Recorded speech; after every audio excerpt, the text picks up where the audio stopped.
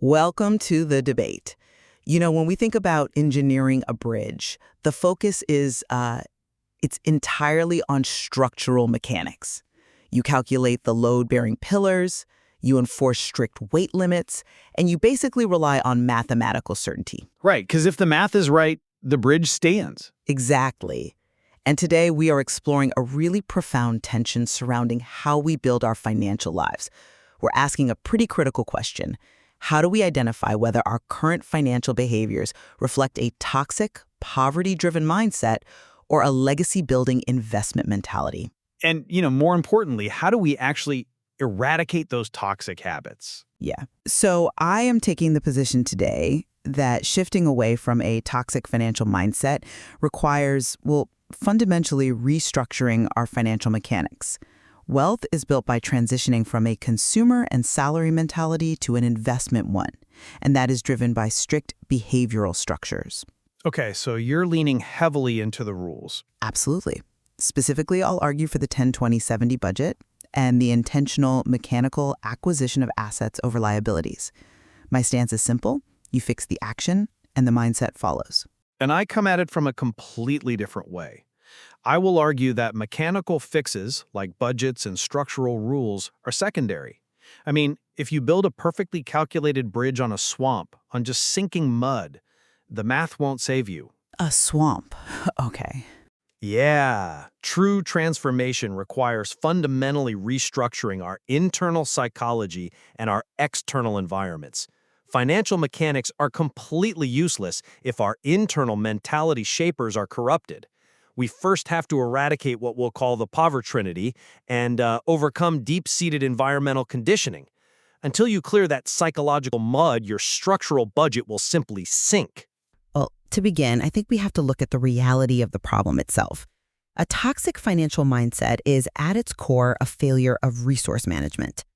An investment mentality is very clearly defined in our material today. It's a mindset constantly concerned with the multiplication of resources. Right, looking for avenues to grow. Exactly. Looking to grow what you have rather than squandering it. The opposite of this is the rat race. This is the poverty cycle where the average person operates. You make money, you spend it on your necessities and your lifestyle, and you immediately start looking for money again. It's an endless loop. You are locked in. So the concrete step to fix this isn't abstract therapy. It's a structural mechanism. I'm talking about a reverse mentality budget.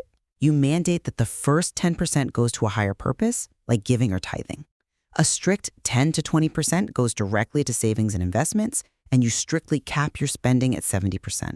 But see, that assumes perfect, rational behavior. Well, if you enforce this allocation, you structurally prevent yourself from consuming everything you produce. You effectively bypass human error. The problem with treating financial waste as a purely mechanical issue is that it completely ignores the psychological engine that's driving the waste in the first place.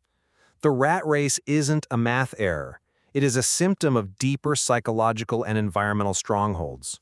I mean, sure, psychology plays a part, but No, it's the whole foundation. You brought up this idea of a reverse budget, but we have to look at the forces working against that budget. This brings us to the concept of the poverty trinity.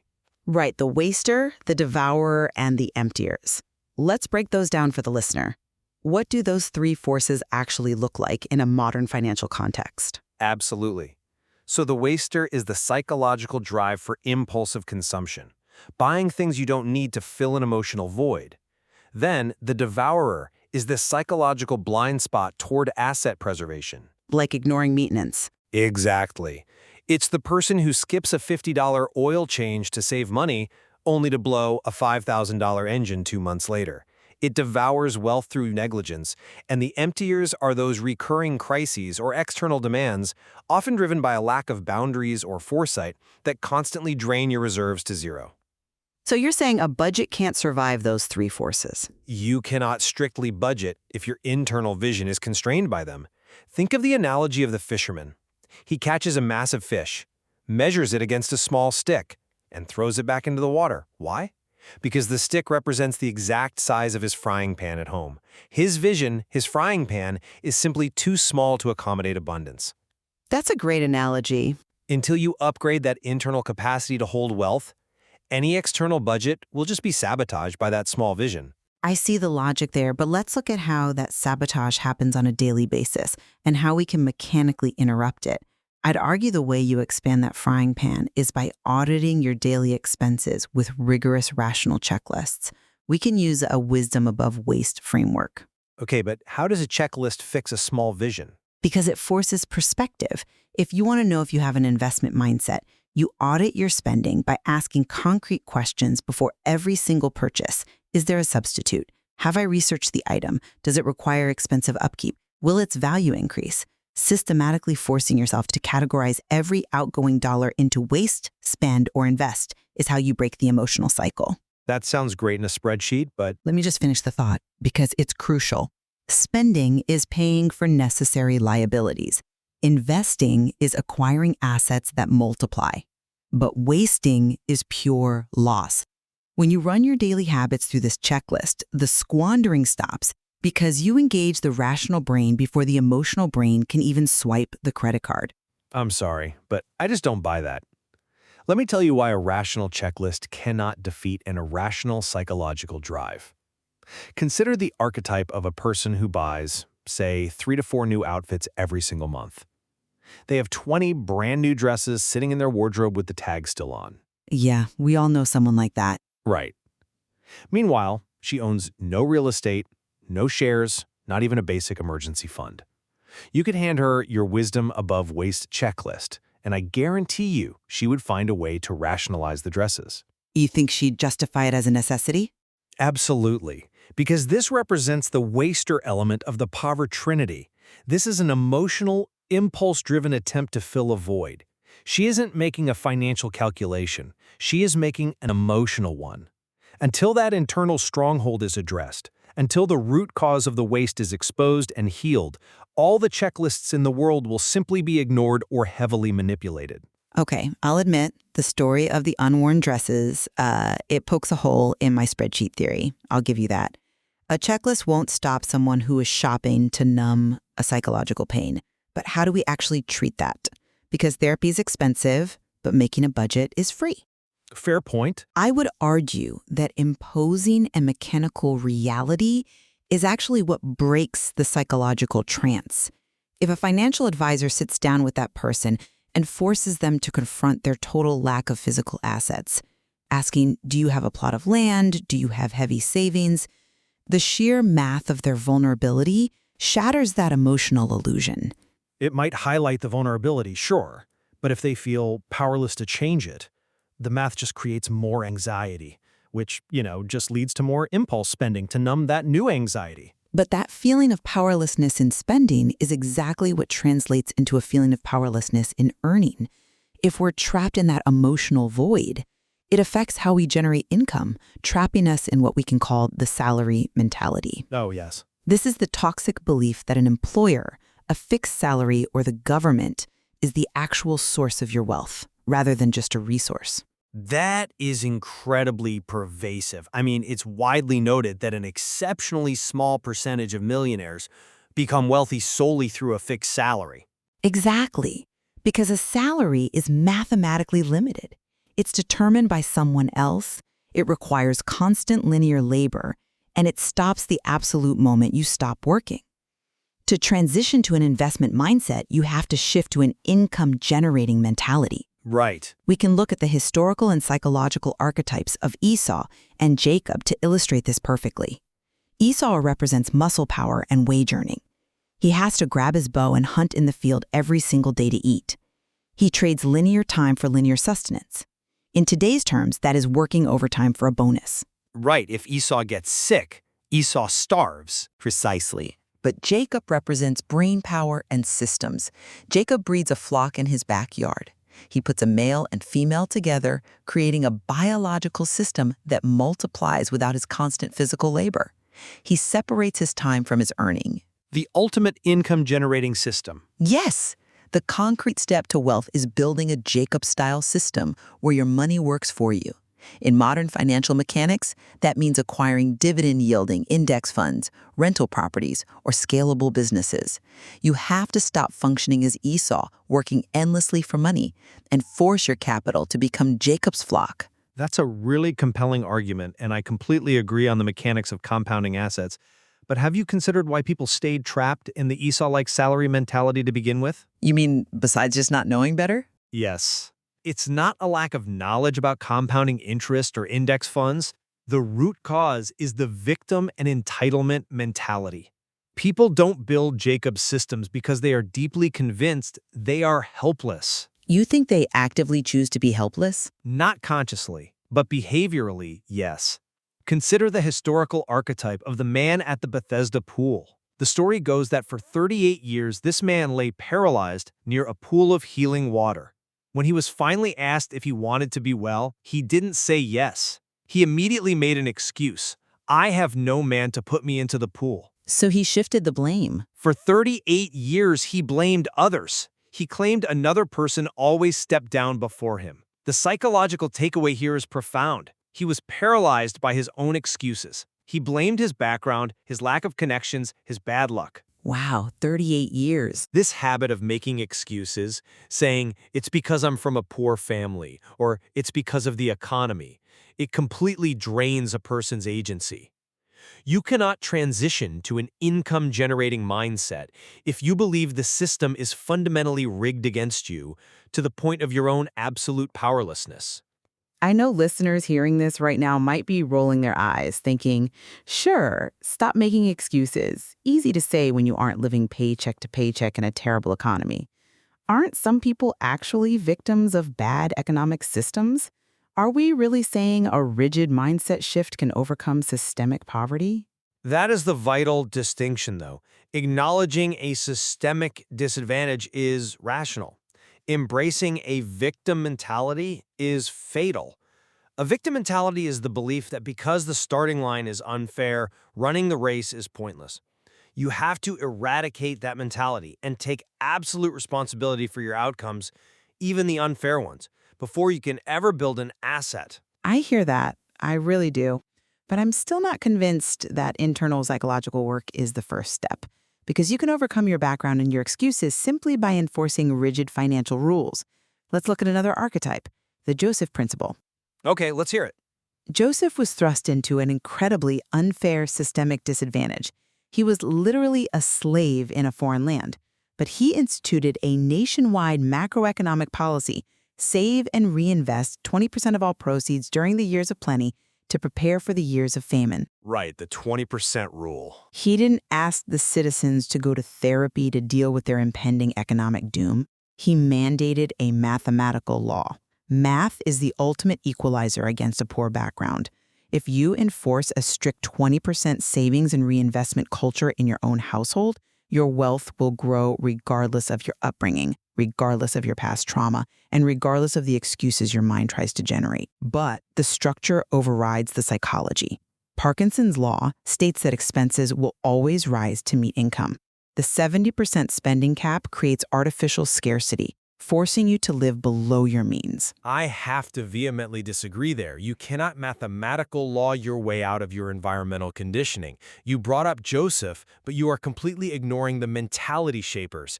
Our environment and our associations dictate our financial reality long before we ever open a spreadsheet. How so? Think of your financial mindset like a thermostat set by your peer group. If your friends, family, and environment are set to 60 degrees of financial literacy, living paycheck to paycheck, complaining about the economy, normalizing consumer debt, and you try to heat your life up to 80 degrees by reading investment books and starting a 10-20-70 budget, what happens? Well, you start saving money, you stick to the budget. No, the environment constantly kicks on the AC to pull you back down to their level. They invite you to expensive dinners, they mock your frugality, or they become the emptiers we talked about earlier, asking you for loans because you're the only one with cash. Your environment will always override your financial logic. But surely an individual has the power to change their actions despite their surroundings. You can't just abandon your family because they have bad financial habits. You don't have to abandon people, but you must audit your exposure. Look at the archetype of Abraham. He had a deeply ingrained nomadic mentality, wandering without owning anything, consuming the land and moving on. To upgrade his mentality, he had to physically leave his country and his father's house. A physical separation. Yes. Or look at Gideon. Gideon was psychologically paralyzed by the poverty of his background, stating, my family is poor and I am the least in my father's house. What was the prerequisite for him to lead? He had to physically destroy his father's altar. He had to sever the environmental stronghold of his family's past. So it's about boundaries. Exactly. Auditing and upgrading your environment, changing who you associate with, the media you consume, the boundaries you set with relatives is the mandatory first step. You cannot foster a productive investment mentality while sitting comfortably in a frozen room. You have to change the thermostat. That's an interesting point. Really, it is. Though I would frame it a bit differently. I'd argue that the ultimate proof that you have successfully upgraded your environment isn't just who you hang out with. It's the mechanical shift in how you allocate capital. Go on. If you want a quick checklist to see if you are falling into a poverty mindset or an investment mindset, look at what you acquire. The definition of an asset is anything you acquire that continues to increase in value or brings continual income to you. A liability is anything that decreases in value or constantly drains money for maintenance. It's that simple. Yeah. The poverty mindset buys liabilities disguised as assets, like a luxury car financed at 9% interest. The investment mindset buys true assets. And this points us to the ultimate goal of all of this, shifting from prosperity-mindedness to posterity-mindedness. That is a vital distinction, because prosperity materialism is just self-centered consumption dressed up as success. Exactly. Prosperity is buying things for personal comfort. It's the highest form of the consumer mentality. You make money just to display it. But posterity-mindedness is building a lasting legacy. It's the conscious decision to use wealth not just for your own generation, but to transfer it to the next. Leaving something behind. Right. You end this cycle of poverty by permanently shifting your family's focus from short-term comfort to long-term wealth transfer. You teach your children the mechanical difference between a depreciating liability and an income-generating asset. When the 10-20-70 rule becomes a generational standard, the toxic financial history of a family is completely overwritten by mathematics and ownership. I agree that posterity is the ultimate goal. I really do. But creating a lasting family legacy requires far more than transferring physical assets or a spreadsheet of rules. If we go back to the nomadic mentality we touched on with Abraham, nomads wander from place to place, job to job, consuming everything they see without ever planting seeds for an orchard. Just moving and consuming. Right. They wipe out resources and move on. You cannot build posterity if you are fundamentally a financial nomad. Legacy requires passing down a cultivated, visionary mindset shaped by exposure and wisdom. So you're saying the portfolio is essentially useless without the philosophy. Exactly. You have to expose your children to new environments, to financial literacy, to delayed gratification, to spiritual and ethical guidance. You are not just passing down a stock portfolio, you are passing down an expanded frying pan. Right.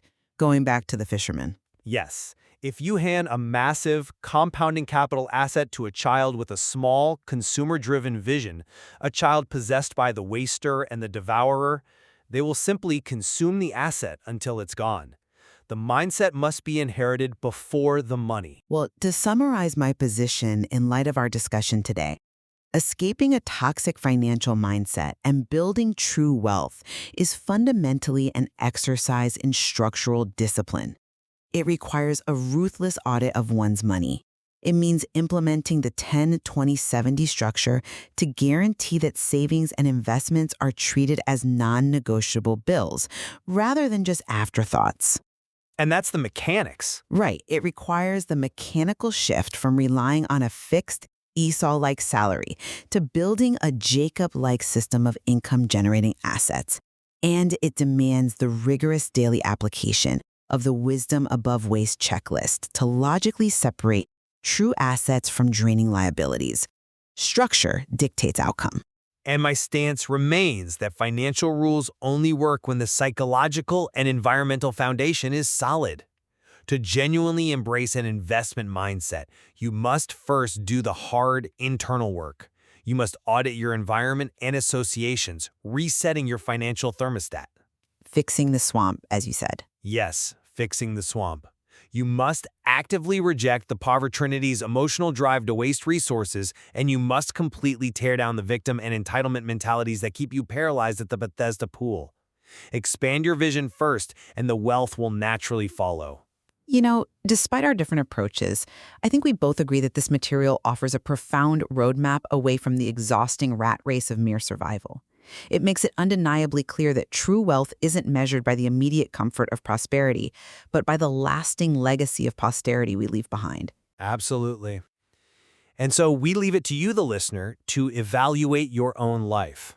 Are your current financial hurdles rooted in a structural misallocation of your money, or are they anchored in the environmental and psychological limitations you've inherited? You have to ask yourself, are you trying to test the weight limits of a bridge that you've accidentally built on a swamp? Or is your foundation solid and you simply need to finally commit to the mathematics of the engineering?